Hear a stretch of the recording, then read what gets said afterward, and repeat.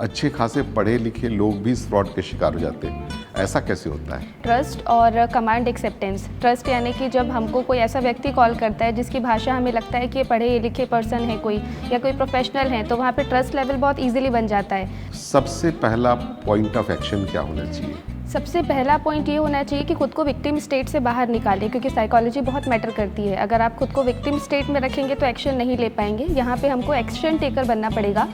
ऐसा कोई खास इंसिडेंस जो आपको याद हो? स्पेशली विमेन में हैकोफोबिया नाम की एक तरीके की एक इलनेस क्रिएट हो रही है। Yes. जब भी किसी के पास कोई ऐसी घटना होती है, जब उनके साथ कोई हैकिंग अटैक हुआ हो या उनको कोई थ्रेट कर रहा हो पिक्चर्स वायरल करने के लिए, ऑब्ससिनिटी के लिए, सबसे ज़रूरी चीज़ ये होती है ना कि हर एक व्यक्ति ऐसा व्यक्ति चाहता है जो हर समय उनके लिए अवेलेबल हो जब भी उनको मदद की ज़रूरत हो। क्योंकि मुझे जहाँ तक लगता है कि जो सीनियर सिटीजन हमको मोबाइल और कंप्यूटर यूज़ करना सिखाए हैं, अपने समय के होकर भी नई टेक्नोलॉजीज़ जो सिखाए हैं, वो हमसे बेहतर और हमसे भी जल्दी ये चीज़ें सीख सकते हैं। तो रायपुर को तो अब मैं बिल्कुल स्मार्ट रायपुर समझती हूँ, जो चीज़ों की गंभीरता को बहुत अच्छे से समझते हैं और एक्शन टेकर्स हैं। They are basically action takers.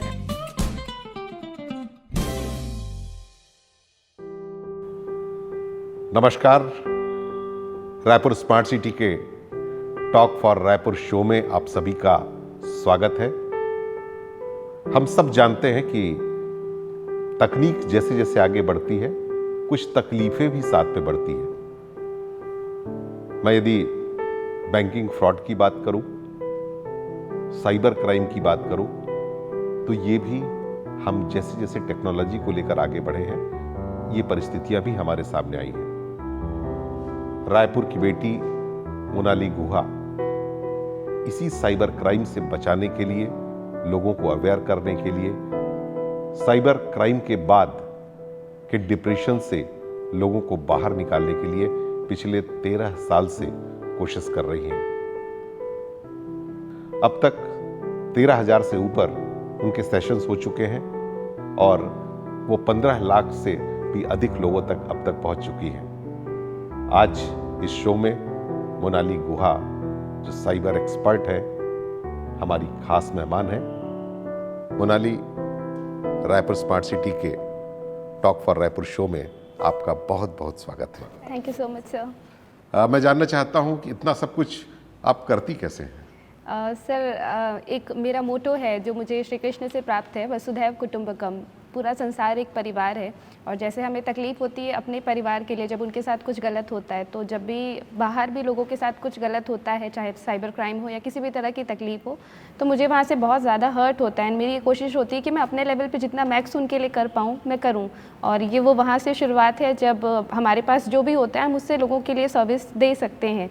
तो ये जो ज्ञान है वो सबके पास होता है। हम अपने अपने जिस डोमेन में एक्सपर्ट होते हैं, हम लोगों की उस वे में मदद कर सकते हैं। और साइबर सुरक्षा पे न सिर्फ मेरा बल्कि मेरे सिबलिंग्स का भी शुरू से ही इंटरेस्ट रहा है। दादाजी फ्रीडम फाइटर रहे हैं, पेरेंट्स का मोटिवेशन रहा है कि जो भी करो देश के लिए करो। अपने लिए तो हम कहीं ना कहीं सब करते ही हैं, लेकिन चूंकि ये वसुधैव कुटुंबकम है तो ये एक जोश हमेशा रहता है कि जब जब लोगों को मेरी मदद की आवश्यकता होगी मैं उनके लिए वहाँ उनको बिल्कुल सामने मिलूंगी। मोनाली, जब भी हम साइबर सिक्योरिटी की बात करते हैं, साइबर क्राइम की बात करते हैं, हम देखते हैं कि सामान्य या कम पढ़े लिखे लोगों के साथ साथ अच्छे खासे पढ़े लिखे लोग भी इस फ्रॉड के शिकार हो जाते हैं। ऐसा कैसे होता है? सर, इसका मेन जो मेरी स्टडीज़ में रीज़न सामने आया है वो है ट्रस्ट और कमांड एक्सेप्टेंस। ट्रस्ट यानी कि जब हमको कोई ऐसा व्यक्ति कॉल करता है जिसकी भाषा हमें लगता है कि ये पढ़े लिखे पर्सन है कोई या कोई प्रोफेशनल है, तो वहाँ पे ट्रस्ट लेवल बहुत इजीली बन जाता है। क्रिमिनल्स ये बात जानते हैं, इसलिए ये लोग अब ऐसे लोगों को रिक्रूट कर रहे हैं, डेफिनेटली रिक्रूट कर रहे हैं जो MBA पास आउट हैं या इंजीनियर्स हैं या जिन्होंने थोड़ा बहुत इंग्लिश कम्युनिकेशन पर वर्क किया हुआ है। और चूँकि डेटा ब्रीच से हमारा डेटा ऑलरेडी इनके पास जा चुका होता है, तो जब ऐसी भाषा में कोई हमको हमारी ही जानकारी देता है तो कोई भी व्यक्ति बहुत आसानी से विश्वास कर लेता है किसी प्रोफेशनल सर्विस पर्सनल का कॉल आया है या किसी एक पर्टिकुलर सर्विस प्रोफेशनल ने हमको हमारे लिए कुछ सर्विस देने के लिए कॉल किया है। और जब एक ट्रस्ट लेवल बन जाता है तो व्यक्ति सामने वाले व्यक्ति की कमांड एक्सेप्ट करना शुरू कर देता है। यहाँ से ये मेन गेम प्ले करते हैं, लिंक से शेयर करते हैं, आपसे कुछ ऐप इंस्टॉल करवाते हैं, कुछ कमांड्स आप ही के थ्रू दिलवाते हैं। 50% कहीं ना कहीं यूज़र खुद सपोर्ट करता है क्राइम में और 50% एफर्ट साइबर क्रिमिनल्स का होता है और फिर वहाँ से वो कंप्लीट ठगी हमारे साथ कर पाते हैं। जिनके साथ यदि ठगी हो गई, ऐसा लगता है कि उनके साथ ये फ्रॉड हो चुका है, सबसे पहला पॉइंट ऑफ एक्शन क्या होना चाहिए? सबसे पहला पॉइंट ये होना चाहिए कि खुद को विक्टिम स्टेट से बाहर निकालें, क्योंकि साइकोलॉजी बहुत मैटर करती है। अगर आप खुद को विक्टिम स्टेट में रखेंगे तो एक्शन नहीं ले पाएंगे। यहाँ पे हमको एक्शन टेकर बनना पड़ेगा। सबसे पहले स्क्रीनशॉट्स लें, जो कुछ भी घटना, क्योंकि या तो मोबाइल पर होगी, लैपटॉप पर होगी, तो आप स्क्रीन या तो वीडियो रिकॉर्ड कर लें या स्क्रीनशॉट्स ले लें। और अगर आपके पास कोई कॉल्स आए हुए हैं तो नंबर्स को आप नोट कर लें, स्क्रीनशॉट्स ले लें। पेमेंट रिलेटेड अगर कुछ हुआ है तो जो SMS हमको आते हैं अलर्ट के, उनका स्क्रीनशॉट ले लें। पहला काम है एविडेंस कलेक्शन। दूसरा काम होता है तुरंत नियर बाय पुलिस स्टेशन में रिपोर्ट करना, या अगर आपके आसपास कोई साइबर सेल है तो आप वहाँ पर रिपोर्ट करें।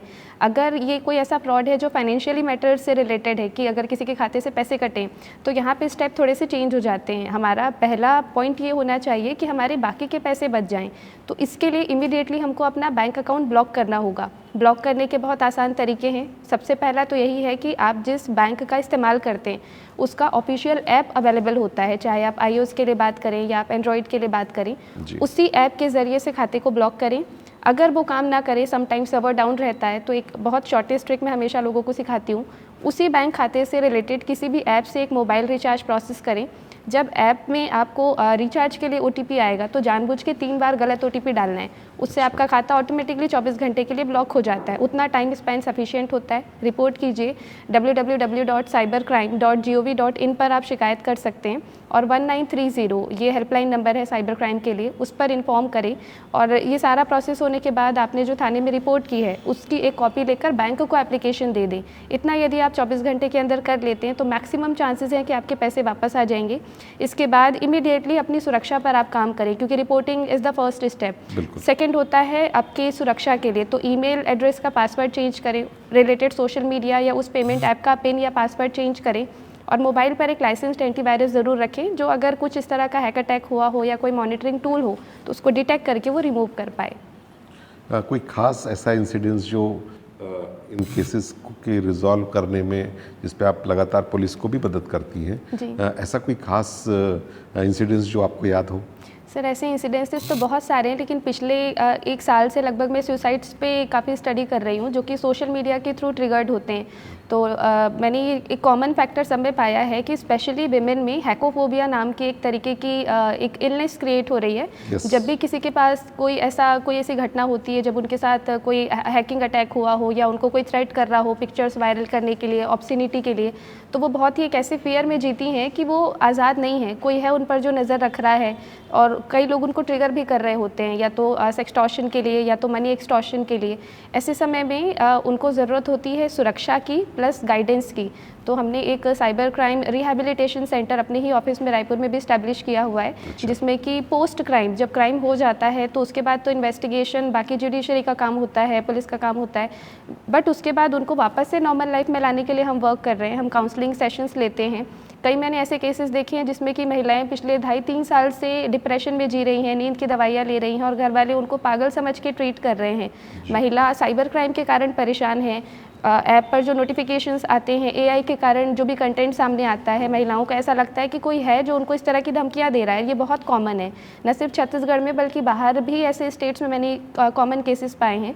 तो उनमें सिक्योरिटी इम्प्लीमेंटेशन के अलावा जो नई चीज़ मैंने शुरू की है वो स्पिरिचुअल हीलिंग है, जो कि श्रीमद् भगवद गीता जी के थ्रू मेरे जो सेशंस होते हैं उनके थ्रू उनको मैं देती हूँ। और इसका एक बहुत पॉजिटिव रिजल्ट ये आया है कि लोगों ने डिप्रेशन की दवाइयाँ लेना बंद कर दिया है, नींद की दवाइयाँ लेना बंद कर दिया है, वापस से अपने नॉर्मल लाइफ ट्रैक में वापस आ रहे हैं। तो इस पर अब मैं और बेटर काम कर रही हूँ, क्योंकि उनको उस ट्रॉमा से बाहर निकालना भी कहीं ना कहीं हम सबकी ही जिम्मेदारी है। 100%, क्योंकि मेरा भी ये एक्सपीरियंस है कि जब भी स्पेशली सीनियर सिटीजन्स के साथ इस तरह कोई फ्रॉड होता है, बैंकिंग फ्रॉड स्पेशली, तो वो उसके बाद उस ऐप को या उस ऑनलाइन सर्विसेज के उपयोग करने से बचना चाहते हैं। बिल्कुल। तो इनको किस तरह से मोटिवेट करते हैं आप कि नहीं, ये फ्रॉड हो चुका है, बट आपको इन प्रिकॉशंस के साथ आगे बढ़ना चाहिए, और ये सारी चीज़ें, क्योंकि आज का समय भी इस तरह का है कि ऑनलाइन से काफ़ी चीज़ें बहुत कुछ आसान हो गई हैं, तो उनको किस तरीके से आप उनकी मेंटरिंग करती हैं? सर, सबसे ज़रूरी चीज़ ये होती है ना कि हर एक व्यक्ति ऐसा व्यक्ति चाहता है जो हर समय उनके लिए अवेलेबल हो जब भी उनको मदद की ज़रूरत हो। तो मेरा एक प्राइमरी सपोर्ट यही रहता है कि 24/7 मैं अपना पब्लिक नंबर ऑन रखती हूँ। जब भी उनको ज़रूरत होती है मैं कनेक्ट करती हूँ, काउंसिल करती हूँ।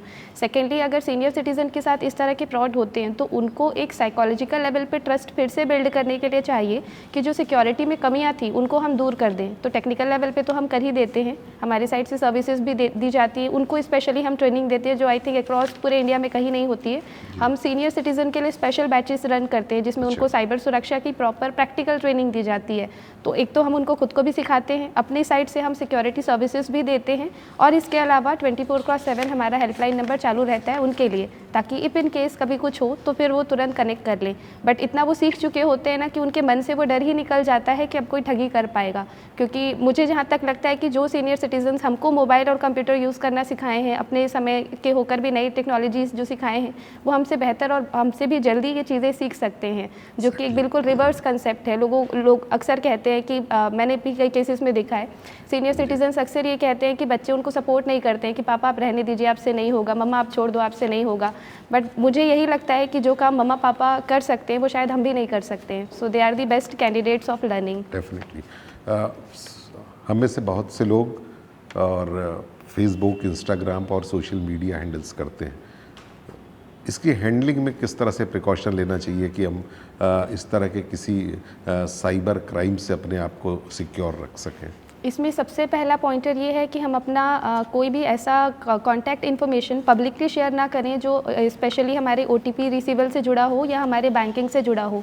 उदाहरण के लिए भारत में मेरी अपनी रिसर्च चल रही है, अप्रॉक्सीमेटली 80 to 90% लोग ऐसे हैं जो लगभग एक या दो ईमेल ID इस्तेमाल करते हैं, वही बैंक में है, और पब्लिक नंबर जो हमने सबसे शेयर किया हुआ है वही बैंक में है, उसी पे OTPs भी आते हैं सोशल मीडिया के। अब क्रिमिनल ये जानता है कि OTP या तो ईमेल पे आएगा या मोबाइल नंबर पे, और वो बाईपास करने के इतने तरीके होते हैं कि कई बार पूछना भी नहीं पड़ता है। तो सबसे पहला पॉइंटर यही है कि जिन नंबरों पर आप OTP रिसीव करते हैं और जो आपके बैंक में रजिस्टर्ड हैं उनको आप पब्लिकली शेयर ना करें, specially with the email ID। Email तो सबसे बड़ा सीक्रेट होल्डर होता है, उसको तो बिल्कुल भी डिस्प्ले नहीं करना चाहिए। अपार्ट फ्रॉम दिस, अननोन लोगों को अपने खाते में ऐड ना करें। लोग म्यूचुअल फ्रेंड देख के सोशल मीडिया पे लोगों को ऐड कर लेते हैं, बट ये लोग आपकी एक्चुअली में मॉनिटरिंग कर रहे होते हैं, जासूसी करते हैं, आपकी तस्वीरें डाउनलोड करते हैं, फेक अकाउंट बनाते हैं, देन फिर लोगों के साथ ठगी करते हैं। तो उन लोगों को खाते से बाहर रखिए जिनसे आप पर्सनली कभी नहीं मिले हैं, जिनके खाते पे कोई इन्फॉर्मेशन नहीं है कुछ खास ज़्यादा, उनकी अपनी तस्वीरें नहीं हैं, इनको बाहर करें। और स्पेशली एक लेवल 2 वेरिफिकेशन की सर्विस होती है जो हर सोशल मीडिया में कॉमन है, इसको आप एक्टिवेटेड रखें, ताकि इफ इन केस अगर आपका पासवर्ड भी अगर ब्रीच होता है तो भी विदाउट OTP कोई आपके खाते में लॉगिन ना कर पाए। एटलीस्ट मिनिमम ये 4-5 चीज़ों का ध्यान रखें तो हम सुरक्षित रह सकते हैं। अक्सर आजकल बात होती है पेनिट्रेशन टेस्टिंग की और एथिकल हैकिंग की। ये दोनों भी हमको फ्यूचर के किसी साइबर फ्रॉड से बचाने के लिए आजकल बहुत ज़्यादा उपयोग में आ रहा है। इसके बारे में बताएंगे कि ये क्या है और किस तरीके से आम लोगों को साइबर सुरक्षा देता है? जी देखिए, पहले इसके लिए हम हैकिंग टर्म की अगर डेफिनेशन देखें तो हैकिंग का मतलब होता है अनऑथराइज्ड एक्सेस, बिना परमिशन के चीज़ों का एक्सेस ले लेना, ये अपराध है। बट एथिकल हैकिंग में आपका इंटेंशन पॉजिटिव होता है, पर्सन खुद सर्टिफाइड होता है, अथॉरिटी के साथ में काम करता है और देश की लीगल बाउंड्रीज़ के अंदर रहकर काम करता है। तो जब इस वे में हैकिंग की सर्विसेज दी जाती हैं, this is known as ethical hacking. ये बहुत सही है। जैसे एक उदाहरण लूँगी मैं चाकू का इस्तेमाल सब्जी काटने के लिए भी होता है, मर्डर के लिए भी होता है, बट समय पड़ने पर इससे हम डिफेंस भी कर सकते हैं। तो ये बिल्कुल वैसा ही है। एथिकल हैकिंग आपको एक सुरक्षा का लेवल जांच करके बता देता है कि आप कितने सुरक्षित हैं। और आजकल ब्लू हैट हैकिंग, बहुत सारे हैकेथॉन्स होते हैं, उनमें प्रैक्टिकली यही टेस्ट किया जाता है कि ओवरऑल दी वर्ल्ड से या अपने नेशन से हैकर्स को इनवाइट किया जाता है कि आप आइए हैक अटैक करके टेस्ट कीजिए कि क्या क्या अटैक्स हो रहे हैं, ताकि हम उसमें सिक्योरिटी इनेबल कर पाएँ। तो ये एथिकल हैकिंग है। सिमिलर कंसेप्ट होता है पेनिट्रेशन टेस्टिंग का, बट इसमें कुछ बहुत डेडिकेटेड टूल्स, सॉफ्टवेयर्स का इस्तेमाल होता है। लर्नेड एक्सपीरियंस इसमें अपनी स्किल्स को इम्प्लीमेंट करते हैं, एंड देन जो वर्नेबिलिटीज़ होती हैं उनके लिए पैचेस भी बताते हैं, यानी कि कमज़ोरियाँ भी बताई, साथ में सॉल्यूशन भी बता दिया, ताकि वो चीज़ें अपग्रेड हो जाएं। रायपुर स्मार्ट सिटी के साथ काफ़ी लंबे समय से आप जुड़ी हुई हैं, और आपके जो 13 साल जिस पे आप इस प्रोजेक्ट पर काम करती हैं, लोगों को अवेयर करती हैं, उस पर रायपुर स्मार्ट सिटी के साथ भी आपकी कई बड़ी भूमिकाएं रही हैं।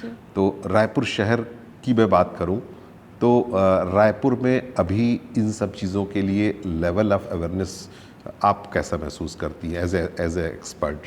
सर अगर मैं बात करूं गवर्नमेंट, प्राइवेट एंड पब्लिक तीनों ही लेवल्स पर, तो सबसे बढ़िया जो मुझे इम्पैक्ट दिखता है वो पुलिसिंग में दिखता है। आप पाएंगे कि बहुत हद तक यहाँ पर अब ऐसा ट्रस्ट है लोगों का पुलिस पर भी कि अगर कोई अपराध होता है तो निश्चित तौर पर उसका निदान उनको प्राप्त होगा।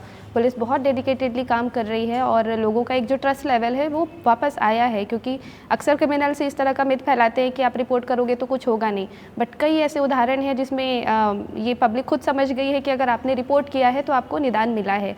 दूसरा, गवर्नमेंट के लिए मैं ये कहना चाहूँगी कि यहाँ पे जितनी भी अकेडमीज़ हैं या डिफरेंट सिक्योरिटी एजेंसीज़ के भी जो ऑफिसेज हैं वहाँ पर भी प्रॉपरली ट्रेनिंग होती है, हम खुद भी देते हैं। तो गवर्नमेंट के लेवल पर भी ऑफिसर्स काफ़ी हद तक खुद भी सुरक्षित हो रहे हैं, और चूँकि वो ऑलरेडी सुरक्षित हैं और वो जानते हैं कि कैसे सुरक्षा करनी है, तो एक जो पब्लिक को जो सर्विस जानी चाहिए वो उतनी सिक्योर वे में अब जा रही हैं, बहुत अच्छे से जा रही हैं। एंड पब्लिक के लिए भी मैं एक चीज़ कहूँगी कि स्पेशली रायपुर में जो सिटीजन्स हैं they are also smart citizens.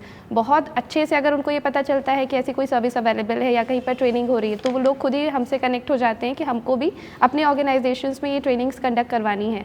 तो रायपुर को तो अब मैं बिल्कुल स्मार्ट रायपुर समझती हूँ, जो चीज़ों की गंभीरता को बहुत अच्छे से समझते हैं और एक्शन टेकर्स हैं। They are basically action takers.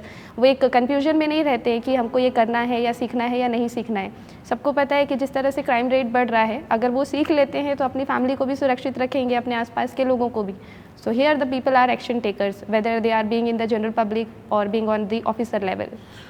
आपको 1000 भर से ऊपर अवार्ड्स मिल चुके हैं, रायपुर की बेटी हैं, रायपुर को क्या मैसेज देना चाहेंगी?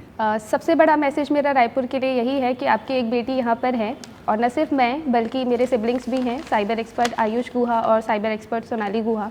हम तीन आपके लिए 24/7 हमेशा अवेलेबल हैं। जब भी आपके साथ कभी कोई इस तरह की घटना होती है, स्पेशली मैं बच्चियों के लिए, विमेन के लिए कहना चाहूँगी कि कोई आपको किसी भी तरह से डराना या धमकाने की कोशिश करे या आपसे कोई पैसे वसूली की कोशिश करे, आपको लगे कि कोई आपका फ़ोन हैक कर रहा है या किसी भी तरीके से कुछ ऐसी बात है जो आप किसी से भी शेयर नहीं कर पा रहे हैं, वी आर अवेलेबल हियर। आप हमसे बात कीजिए, घबराने की कोई बात नहीं है, हर चीज़ का आपको समाधान मिलता है।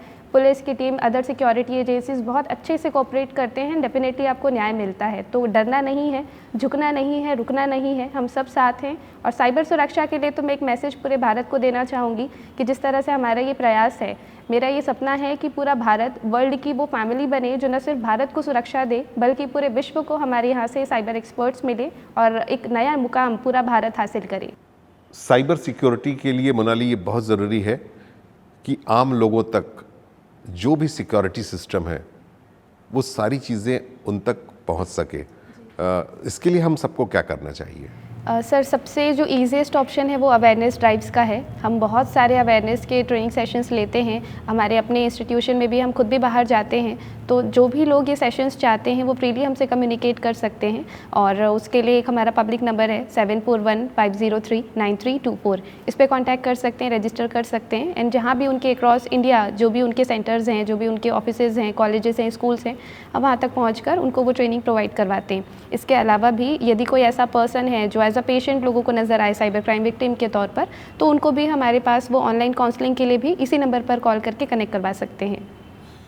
तो मोनाली बता रही थी कि एज एक्सपर्ट उनकी फ्री सर्विसेज भी आपको मिल सकती है किसी भी ऑर्गेनाइजेशन को, या कोई विक्टिम है जिसको ऐसा लगता है कि वो किसी साइबर क्राइम के कारण से डिप्रेशन पे है या हैकोफोबिया है उसको, तो उन परिस्थितियों से भी बाहर निकलने के लिए वो मोनाली की मदद ले सकते हैं। मोनाली रायपुर के यूथ भी इस प्रोग्राम में शामिल हैं और उनके भी कुछ सवाल हैं इसी साइबर सिक्योरिटी से लेकर।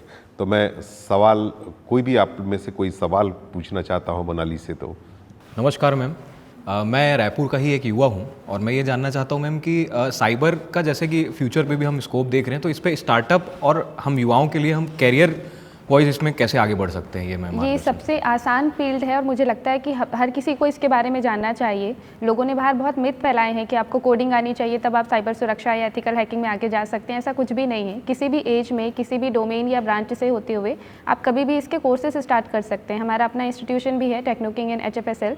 वहाँ पर ऑनलाइन ऑफलाइन इसकी ट्रेनिंग्स होती हैं। बहुत 3-4 लेवल के कोर्सेज होते हैं। सबसे पहला बेसिक्स है, जिसमें आपको अगर इस फील्ड के बारे में कुछ भी नहीं पता है तो एक आपका बेस तैयार हो जाता है। फिर एडवांस एंड मास्टर्स के कोर्सेज़ होते हैं जहाँ पे आप एज अ प्रोफेशनल इसकी लर्निंग्स लेते हैं। इसके बाद आप चाहें तो किसी भी प्राइवेट कंपनी में आप अप्लाई कर सकते हैं अक्रॉस इंडिया। आप चाहें तो भारत के बाहर भी अप्लाई कर सकते हैं इंटरनेशनल सर्टिफिकेशन के बेसिस पर। इसके अलावा यदि आप पुलिसिंग या डिफेंस को ज्वाइन करना चाहें या साइबर सुरक्षा के लिए जो डेडिकेटेड विंग्स होती हैं, एजेंसीज होती हैं, उनको भी आप ज्वाइन कर सकते हैं। जॉब के अलावा भी यदि हम बात करें स्टार्टअप्स की तो हम उसमें भी सपोर्ट करते हैं, क्योंकि इंडिया में बहुत कम इंस्टीट्यूशंस हैं इसको लेकर और ज़्यादातर रूरल एरियाज़ में इसकी ज़रूरत है। तो जो लोग स्टार्टअप करना चाहते हैं वो भी अपने लगभग 2 से 2.5 लाख के इन्वेस्टमेंट में बहुत अच्छा अपना इंस्टीट्यूशन स्टार्ट कर सकते हैं। लीगल बेसिस पे जो भी मदद चाहिए होती है हम करते हैं वहाँ पर, और इसके अलावा ट्रेनर्स भी हम अपने साइड से आपको प्रोवाइड करवाते हैं ताकि जो रूरल पॉपुलेशन है वो भी इन चीज़ों से जुड़ पाए और आगे चल के अपने देश और पूरी दुनिया को अपनी सर्विसेज दे पाए। मैम, फ्रॉड कॉल को हम कैसे पहचानें, क्योंकि आजकल बहुत सारे फ्रॉड कॉल रोज़ हम सभी को आते हैं और ख़ासकर वो लोग जो बुजुर्ग हैं और अपने साथ केयर टेकर या अन्य किसी को रखते हैं तो अपना हर चीज़ उनको शेयर करके रखते हैं, तो वो कैसे बचें इस साइबर क्राइम से? जी देखिए, साइबर ठगों के कॉल्स को पहचानने का बहुत आसान तरीका है। या तो ये आपको डराने की कोशिश करेंगे किसी भी बहाने से, या आपको लालच देने की कोशिश करेंगे। जैसे डराने के लिए हो सकता है कि कहें कि आपके बिजली बिल का पेमेंट आपने नहीं किया है, आप ये ऐप इंस्टॉल कर लीजिए वरना कल तक लाइन कट हो जाएगी। तो आपको डराएंगे ये। आपका डेबिट कार्ड काफ़ी दिनों से इस्तेमाल नहीं हुआ है तो आपका कार्ड ब्लॉक कर दिया जाएगा, फिर से एप्लीकेशन फॉर्म भरें। तो अल्टीमेटली या तो ये आपको डराएंगे या लालच देंगे। लालच किस तरह की कि ऑब्वियसली सीनियर सिटीजन्स का पेंशन का मैटर होता है, इंश्योरेंस का मैटर होता है, किसी तरह के क्लेम्स का मैटर होता है, तो इसी तरह के बहाने उनको वो देते हैं। अब अगर आपको यही 2 चीज़ें आपने पहचान ली हैं कि आपको ये डराने की कोशिश कर रहे हैं या लालच देने की कोशिश कर रहे हैं, आप यहाँ पे थोड़ा सा अलर्ट हो जाइए और सामने वाले पर्सन को थोड़ा सा आप टेम्परामेंट उसका हाई करने की कोशिश करें बहुत जनरल वे में। उसके लिए बहुत साधारण सी टेक्निक है, आप म्यूट कर दें और उनको बार बार चीज़ें रिपीट करने के लिए कहें कि आप बार बार रिपीट करके एक बार बता दीजिए, आवाज़ नहीं आ रही है, आवाज़ कट गई। सामने वाले को थोड़ा सा गुस्सा दिलाइए। अगर वो क्रिमिनल है तो वो गुस्सा करेगा, गाली गलौज करेगा, क्योंकि कोई भी प्रोफेशनल पर्सन को इतना अधिकार तो नहीं दिया जाता कि आप कंज्यूमर के साथ में बदतमीज़ी करें। कॉल रिकॉर्ड हो रहे होते हैं तो कोई भी प्रोफेशनल आपसे बदतमीज़ी करता ही नहीं है। लेकिन अगर आपके गुस्सा दिलाने पर सामने वाला आपके ऊपर चीख रहा है, चिल्ला रहा है या आपको प्रेशराइज़ कर रहा है या गालियाँ दे रहा है, तो श्योर हो जाइए कि क्रिमिनल है, क्योंकि ऑब्वियसली दिन भर में ये लोग 100-150 कॉल्स करते हैं तो उतना पेशेंस नहीं रह जाता है इनमें। और ये बहुत आसान तरीका है जो कोई भी इम्प्लीमेंट कर सकता है। दूसरी पहचानने की सबसे बड़ी चीज़ ये है कि अपराधी को चाहिए होते हैं आपसे पैसे। घूम फिर के यदि वो आपके कार्ड पर आ रहा है, फाइनेंशियल मैटर्स पर आ रहा है, OTP पर आ रहा है, कोई लिंक क्लिक करवाना चाह रहा है या कोई ऐप इंस्टॉल करवाना चाह रहा है, ये सारी चीज़ें जुड़ी हैं आपके बैंक खाते में रखे हुए पैसों से। तो इन पर आप बिल्कुल भी ट्रस्ट ना करें, कॉल को डिस्कनेक्ट करें। आपका जो दूसरा सवाल था, बुज़ुर्गों के लिए मेरा एक सबसे बढ़िया सजेशन यही है कि सबसे पहली बात आप अपने फ़ोन पर एक लाइसेंस्ड एंटीवायरस रखिए और उसको पूरी तरीके से अच्छे से एक्टिवेटेड रखिए। अपने मोबाइल पर फिंगरप्रिंट लॉक प्लस फेक आपकी जो फेस ID होती है उससे भी आप अपना लॉक क्रिएट करके रखिए। अपने सारे बैंकिंग अकाउंट्स में एक मिनिमम ट्रांजैक्शन लिमिट अपने बैंक मैनेजर से बात करके ज़रूर सेट करवाइए, ताकि एक दिन में उससे ज़्यादा ट्रांजैक्शन कोई भी ना कर पाए।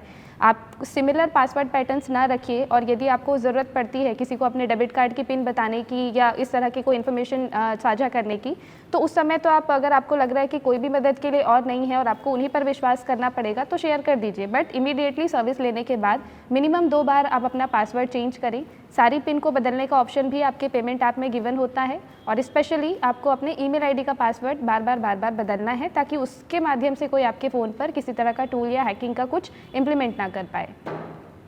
रायपुर स्मार्ट सिटी के टॉक फॉर रायपुर शो में ये थी मोनाली गुहा। इस कार्यक्रम से जुड़े रहने के लिए आप मोर रायपुर ऐप जरूर डाउनलोड कीजिए। बहुत बहुत धन्यवाद मोनाली, आज इस कार्यक्रम में हमारे साथ जुड़ने के लिए। हम ऐसे ही एक्सपर्ट के साथ आपकी मुलाकात आगे के कार्यक्रम में भी कराते रहेंगे, और आप सब टॉक फॉर रायपुर शो से जरूर जुड़े रहें।